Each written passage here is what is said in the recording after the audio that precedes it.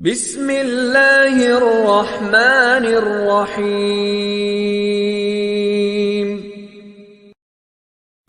بچوں کو میرے ڈیفیکلٹی فیل ہوگی تو ان کی آسانی کی جائے، تو میرا یہ فرض بنتا تھا کہ میں جس بھی ادارے میں پڑھاتا ہوں وہاں تو میری ڈیوٹی ہے، لیکن یہ میرا ایک قومی فریضہ ہے اور میرا پیشہ ورانہ طور پہ میرا فریضہ تھا کہ میں آپ لوگوں کو اس بارے میں گائیڈ کروں اور ہر چیپٹر کے لحاظ سے امپورٹنٹ کویسچنز، اس کے نشان، اس کی مارکنگ، اس کے آنسرز جہاں موقع ملے میں اس کا جو ہے وہ آپ کو ہیلپ آؤٹ کروں۔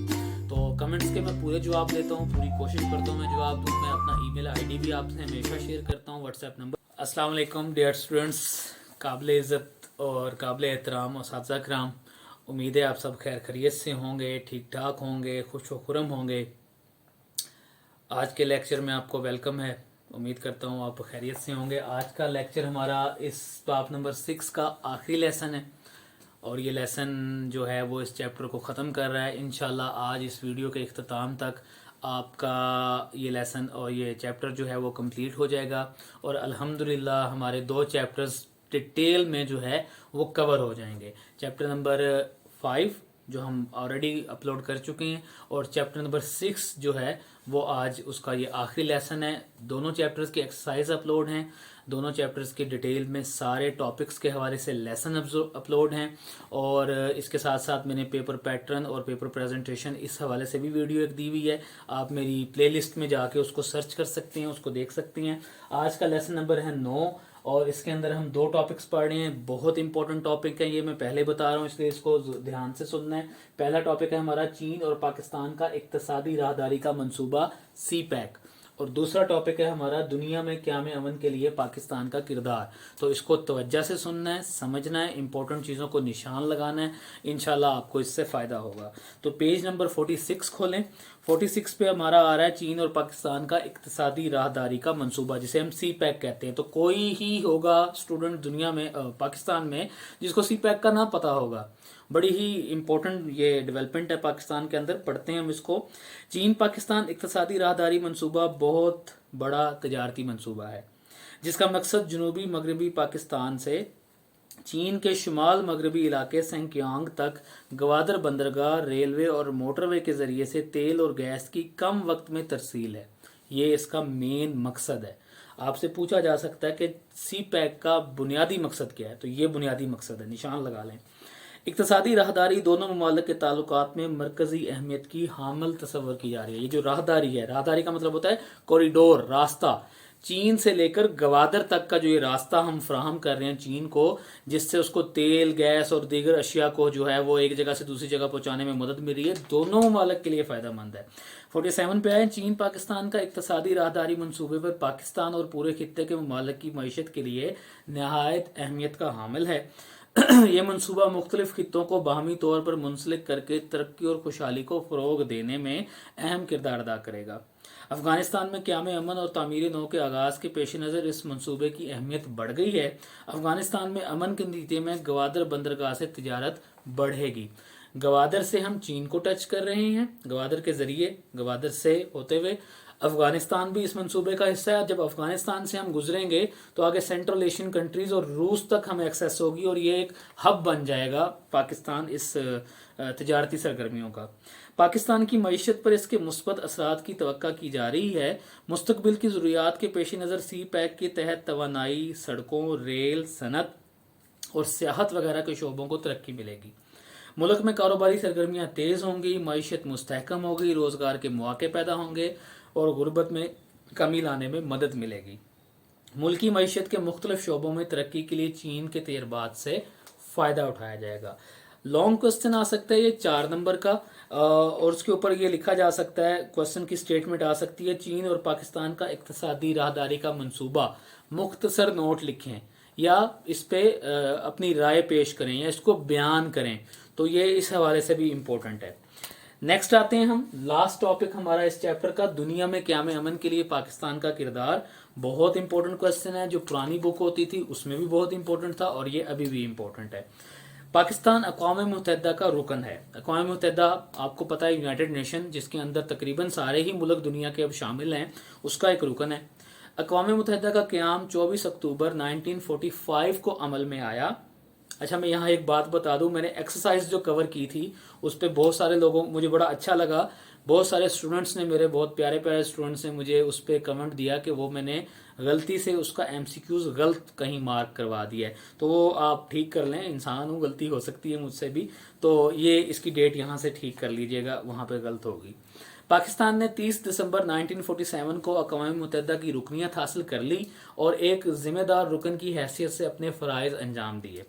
پاکستان اقوام متحدہ کے منشور پر کاربند رہتے ہوئے اپنا عالمی کردار ادا کرتا رہا ہے۔ بھارت کے ساتھ پاکستان کی کئی جنگوں میں سلامتی کونسل اقوام متحدہ کے کردار کو پاکستان نے تو تسلیم کیا، بھارت نے نظر انداز کیا۔ آپ پڑھ چکے ہیں مسئلہ کشمیر کے اندر۔ سلامتی کونسل نے 1949 میں قرارداد منظور کی کہ کشمیر میں استصواب رائے کرایا جائے گا، یعنی وہاں کی عوام کی مرضی لی جائے گی کہ وہ کس ملک کے ساتھ رہنا چاہتے ہیں، کشمیریوں کو ان کی قسمت کا فیصلہ کرنے کا اختیار دیا جائے، مگر بھارت نے سلامتی کونسل کی قراردادوں کی پرواہ نہیں کی۔ پاکستان اقوام متحدہ کا ایک ذمہ دار رکن ہے، جب بھی اقوام متحدہ نے تقاضا کیا اس نے اپنی فوج کی خدمات امن فوج کے طور پر فراہم کی۔ ایک پیس کیپر ہوتے ہیں، پیس کیپر ایک ان کا سمجھ لیں ایک کنسیپٹ ہے جس میں مختلف ممالک کی فوجیں یو این میں جاتی ہیں اور مختلف علاقوں میں امن قائم کرنے کے لیے وہاں پہ وہ فوجیں جو ہے وہ مل کر یو این کے ساتھ کام کرتی ہیں۔ پاکستان نے اس امن دستے میں اپنی کئی دفعہ جو ہیں وہ فوج کی خدمات بھیجی ہیں۔ پاکستان افواج نے خلیجی ریاستوں، گلف کنٹریز ذکر آ چکا ہے پہلے، خلیجی ریاستوں بوسنیا، سوڈان، کانگو اور دنیا کی دیگر ریاستوں میں امن فوج کی حیثیت سے فرائض سر انجام دیے۔ افریقی ریاستوں میں جہاں حالات انتہائی سخت ہیں، پاکستانی افواج نے امن قائم کرنے میں اپنا کردار انتہائی مؤثر طور پہ ادا کیا۔ انہی خدمات کے اعتراف میں پاکستان کو کئی بار اقوام متحدہ کی مختلف کمیٹیوں کا سربراہ بھی بنایا جاتا رہا ہے۔ پاکستان کو سلامتی کونسل کے غیر مستقل رکن کی حیثیت بھی حاصل ہے۔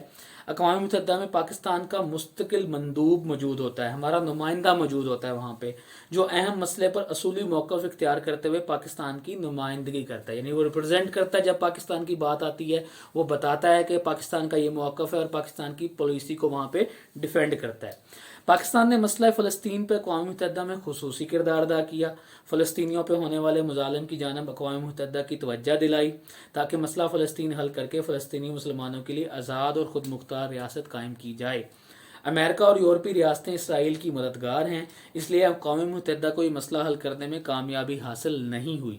اقوام متحدہ میں اگرچہ اصولاً تمام ریاستوں کی حیثیت یکساں ہے، مگر عملی طور پر امریکہ اور یورپی ریاستوں کو اقوام متحدہ میں خصوصی قوت حاصل ہے۔ سب کو پتہ ہے کہ امریکہ کو وہاں بہت زیادہ پاور حاصل ہے، امریکہ کئی باتوں کو نظر انداز کر دیتا ہے یونائٹڈ نیشن کی۔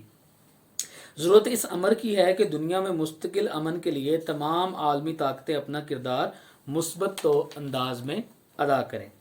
اور آخری پوائنٹ ہے کہ دنیا میں، پیج نمبر 48، دنیا میں امن کے لیے پاکستان کا کردار صرف سیاسی معاملات اور امن فوج تک محدود نہیں، بلکہ پاکستان نے اس کے دیگر فلاحی اداروں میں بھی قابل ذکر کردار ادا کیا ہے۔ بہت سے پاکستانی اقوام متحدہ کے اداروں میں ملازمت کرتے ہیں۔ اقوام متحدہ کے سیکریٹریٹ میں بھی کئی پاکستانی تعینات ہیں اور وہ اپنی خدمات سر انجام دے رہے ہیں۔ ٹھیک ہے جی، مبارک ہو آپ کو، چیپٹر آپ کا ختم ہو گیا۔ بہت ہی امپورٹنٹ چیپٹر تھا، 2 چیپٹرز جو ہیں یہ بہت ہی امپورٹنٹ ہوتے ہیں ہمیشہ، پہلے 2 چیپٹرز۔ تو ایک میں اس کے ساتھ اور بھی بات کر لوں کہ آپ سب کے کمنٹس آ رہے ہوتے ہیں، آپ سب بہت اس کو پسند کر رہے ہوتے ہیں، میری مکمل کوشش ہوتی ہے کہ میں سب کے کمنٹس کا جواب دوں، اور مجھے بڑی ہی خوشی ہوتی ہے کہ آپ لوگ مجھے اپریشیٹ کرتے ہیں، شکریہ ادا کرتے ہیں۔ شکریہ سب سے پہلے اللہ کی ذات کا جس نے یہ خدمت سر انجام دینے کا مجھے موقع عطا کیا، اور میں اپنے پہلے لیکچر سے ہی بتا رہا ہوں، فرسٹ لیکچر جو تھا میرا، تو اس میں میں بتا رہا ہوں کہ میں نے کوشش کی، ایک مجھے فیل ہوا کہ یہ بک چینج ہوئی ہے اور بہت سارے بچوں کو میرے ڈیفیکلٹی فیل ہوگی تو ان کی آسانی کی جائے، تو میرا یہ فرض بنتا تھا کہ میں جس بھی ادارے میں پڑھاتا ہوں وہاں تو میری ڈیوٹی ہے، لیکن یہ میرا ایک قومی فریضہ ہے اور میرا پیشہ ورانہ طور پہ میرا فریضہ تھا کہ میں آپ لوگوں کو اس بارے میں گائیڈ کروں، اور ہر چیپٹر کے لحاظ سے امپورٹنٹ کوسچنز، اس کے نشان، اس کی مارکنگ، اس کے آنسرز، جہاں موقع ملے میں اس کا جو ہے وہ آپ کو ہیلپ آؤٹ کروں۔ تو کمنٹس کے میں پورے جواب دیتا ہوں، پوری کوشش کرتا ہوں میں جواب دوں۔ میں اپنا ای میل آئی ڈی بھی آپ سے ہمیشہ شیئر کرتا ہوں، واٹس ایپ نمبر شیئر کرتا ہوں، تو آج میں آپ سے ایک اور بڑی امپورٹنٹ بات کرنا چاہتا ہوں، مجھے یقین ہے کہ آپ سب اس پہ رپلائی دیں گے۔ امپورٹنٹ بات یہ ہے کہ پاک اسٹڈی کے حوالے سے تو ہمارا یہ سلسلہ بڑا ہی اچھے طریقے سے چل رہا ہے۔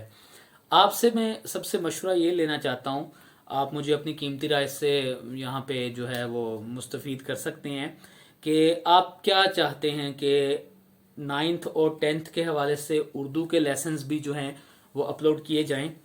مطلب میں چاہتا ہوں کہ میں اردو جو ہے وہ آپ کی کور کروں، میرا اردو بھی سبجیکٹ ہے، پاک اسٹڈی بھی میرا سبجیکٹ ہے، تو آپ اگر کہتے ہیں، آپ اگر چاہتے ہیں تو اردو کے حوالے سے 9th کی یا 10th کی اردو کے حوالے سے اگر آپ کو کہیں کمی بیشی ہے تو ہم اردو کی ایک سیریز بھی اس کے ساتھ ساتھ سٹارٹ کرنا چاہیے ہمیں یا نہیں، یہ مشورہ دیں۔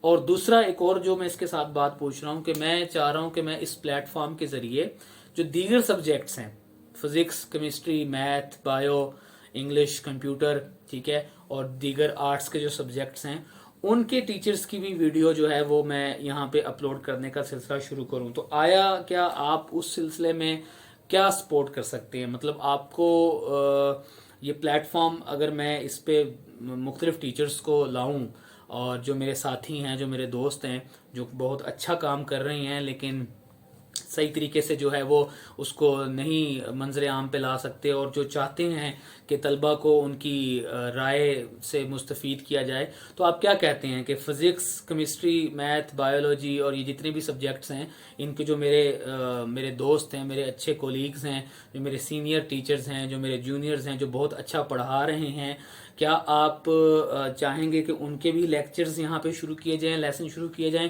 اس بارے میں لازمی نیچے مجھے کمنٹس میں رائے دیں۔